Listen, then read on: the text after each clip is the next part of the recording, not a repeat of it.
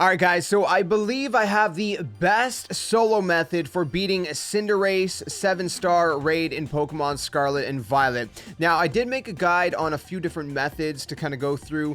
If you want to check out that video, go ahead, check it out. This one's going to be specifically more for solo. I found that this doesn't really work so well online. Unless you have a bunch of friends that are cooperating with you, it's not going to work very well.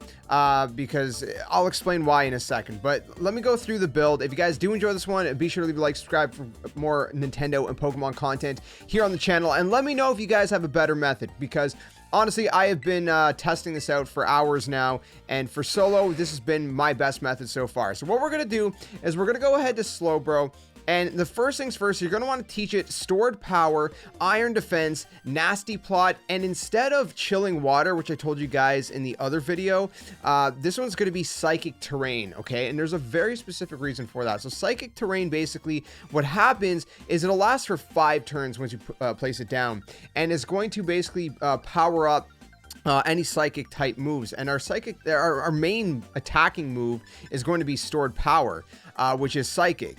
And what psychic does, what stored power does is that the user's stats are boosted, the more the user's stats are boosted, the greater the move's power. So what we're going to do is we're going to be starting off with iron defense to protect ourselves, and a nasty plot to boost ourselves. And then because we're boosting ourselves, we're then going to place a psychic terrain down and then use stored power, and it's going to be insane. I'll show you guys how it works in game in a second here. But there's one other thing. Now, there's the held item, okay? Now, a lot of people are saying use life orb or something like that. I'm using metronome, and I'll explain why in a second. But let me first show you guys the other options that I have tested out, because again, it is worth noting some of the other options, because a lot of people are saying use life orb. Now, life orb, it will boost the power of the holder's moves. Yes, it'll give you a little bit more power. But whenever you use a move, you're going to lose a small amount of HP.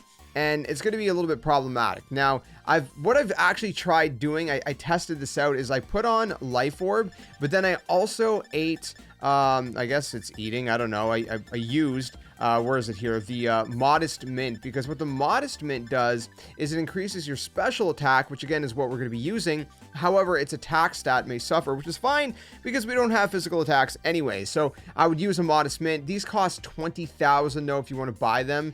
You can get them, you know, kind of RNG through Tera Raids and things like that. So what I did is I used the life orb and I used the modest mint, and I was doing great damage.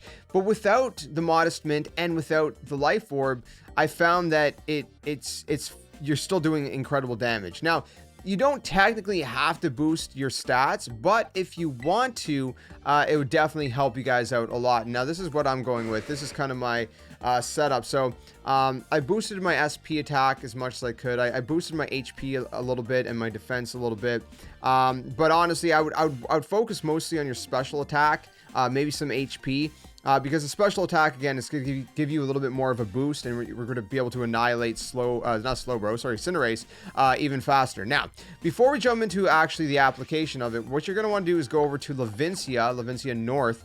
This is the Pokestop right behind me.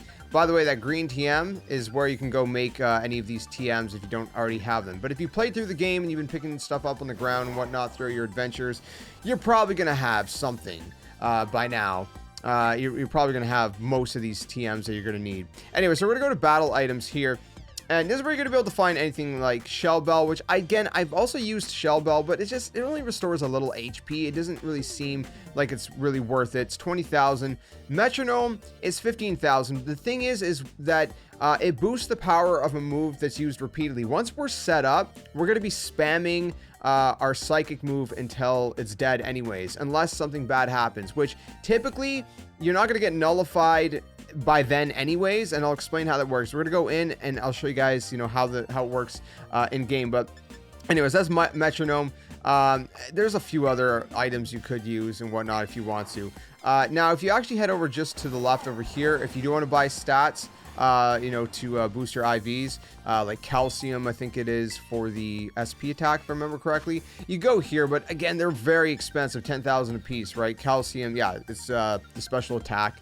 I used about 13 of those. I don't remember how many HP. Anyways, you can tweak it however you will, however you feel is best, right? Or don't do it at all. You might not even need it. But, you know, it'll give you a little bit of a boost if you can afford it and if you do have that ability. Okay, so now that we're ready to go, we're going to go over to one of the locations and we're going to go face this thing solo. And while we're there, I'll also explain to you guys why it's kind of best not to do this online, but you could do it with friends. So let's go over there right now and I'll explain it. All right, guys, so here we are in the Cinderace Tera Raid, and I'm going to show you guys the entire walk. It's going to be an entire walkthrough of this fight. And the reason for that is because a lot of people online have been, you know, condensing it, cutting it out. When I was trying to figure out the best method, I was trying to see what other people were doing. By the way, start off the iron defense. We're doing 3 iron defenses in a row. This is how we're starting it. 3 iron defenses in a row. When I was watching to see what other people were doing to see if I can get a little bit of a better grasp on, you know, what I could try, a lot of people were cutting out so much that it was kind of hard to follow, I found, personally speaking. Maybe not for everybody, but that's why I want to be more thorough than not. If you want to kind of skim through this, you know, feel free. But for anyone who wants to see exactly how this battle plays out, you know, start to finish, so you have a thorough, full understanding, that's why we're doing it this way. I've had people question, you know, why sometimes, you know, I add more information than, you know, what some people would expect. Again, I'd rather have too much information for you guys than too little information. Better to have too much, and at least, you know, people can skim through it, and it's there for people who need more, than have too little, and, you know, there's not enough for you guys. So, anyways, we did 3 iron defenses, and now we're going to be doing 3 nasty plots in a row, okay? So you start off right away. You got to get those 3 iron defenses up to get your defense as maxed out as possible. Then we're going to go with the nasty plot to get our special attack as maxed out as possible. And that's what we're going to be doing right now. Now, the reason you don't want to do this online is because it's going to advance the fight a little too quickly. And what you're trying to do is you're trying to go ahead and you're trying to get at least 1 attack in before Cinderace puts up his shield. The reason for that is because it's going to bring his health way, way, way low. If he puts up his shield first, then what's going to happen is it's going to take more turns, and when it takes more turns, then you're going to have more of a risk of him nullifying your abilities. He's not going to do that early on in the fight. So that's why you want to get a good attack in first. So again, I just put Psychic Terrain down. Now we're ready to use Stored Power. So 3 Iron Defense, then 3 Nasty Plot. Put your Psychic Terrain down, which lasts for 5 turns, and then you use your Stored Power, and look at all that HP just get melted. Okay? Now, this is a little bit RNG, so sometimes you're gonna take a little bit more damage than other times I've found. And so if that happens, you might have to waste a turn and heal, but if you do that, then he's probably gonna put his shield up early, and it's gonna kind of mess up your whole method, I've found. Now, you could still make it through the raid if you want to, but you might as well just run from the raid and just kind of redo it and hope for some better luck there.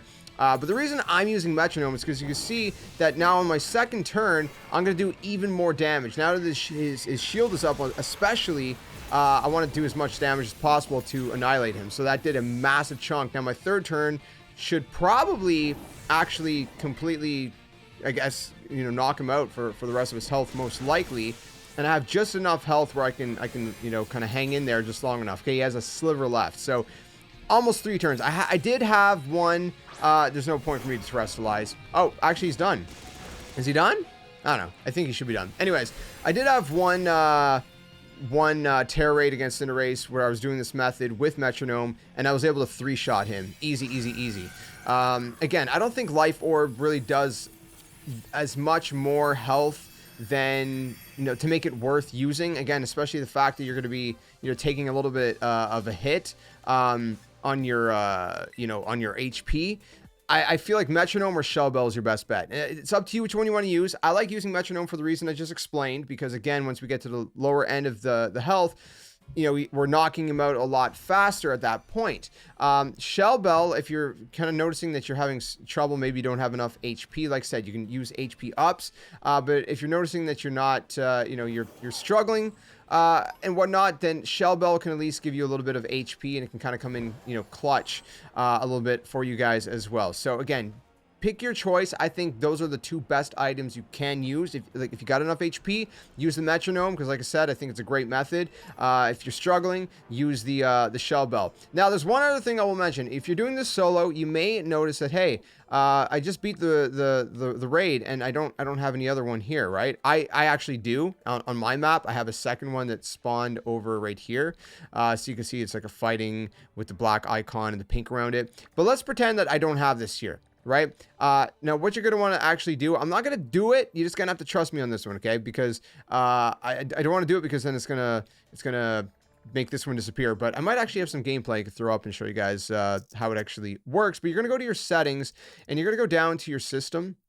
And then you're going to go down to your date and your time. You're going to turn off synchronized clock, and you're going to put the date and time ahead 1 day. Now, you may be wondering, well, the Cinderace, event ends, when does this one end again? I think it was like on the, yeah, so the first weekend ends on January 1st, and then it restarts from the 12th to the 15th. But you can see that I'm actually on the 7th. So it doesn't matter what the date is actually in your clock. So you're going to go ahead, you're going to advance it 1 day, and then you're going to go back to your game, and it should reload everything. Now, the crucial thing is make sure you are offline. If you're on, I mean, if you don't know how to check, you push the X button. You can see the top right corner says offline mode. If it says online mode, press the L button to go offline. Okay. Now, if it doesn't reload any of the Tera Raids here, just go ahead and advance it 1 more day. Sometimes for the first time, you have to advance it 2 days. And then after that, it's just going to be 1 day at a time. And you should be good in that sense. So again, you just do that, and it's going to respawn all of your Tera Raids. So again, you can keep farming this solo. So you don't have to wait till the next day, or you don't have to wait, go do it online. Like I said, if you have a bunch of friends, you might be able to pull this off. Together, might be a good method, but otherwise, I think that the best method is just to do this solo. And honestly, you should have a great time. If you kind of follow this guide, you should be able to get it done pretty simply and pretty easy. So I hope this helped you guys out, especially to get it done solo. I mean, it's kind of been tricky to get it done online or solo. It's a very tough Tera Raid, which is why I wanted to make another guide, kind of showing you guys, kind of the best way to also do it solo, because I think a lot of people are going to want to farm this too, right? You're going to want to get a lot of the goodies that they have to offer, and you're going to want the best build possible. So that's just my suggestion. This is my best setup that I've experienced, trying a bunch of different things out. Let me know what you guys think in the comments below, if you have anything to add, or kind of change or tweak, or what you guys have found works best for you. Otherwise, if you guys enjoyed this one, stick around for more. I hope you guys have a great rest of your day, and until the next one, my friends, game on, and thanks for watching.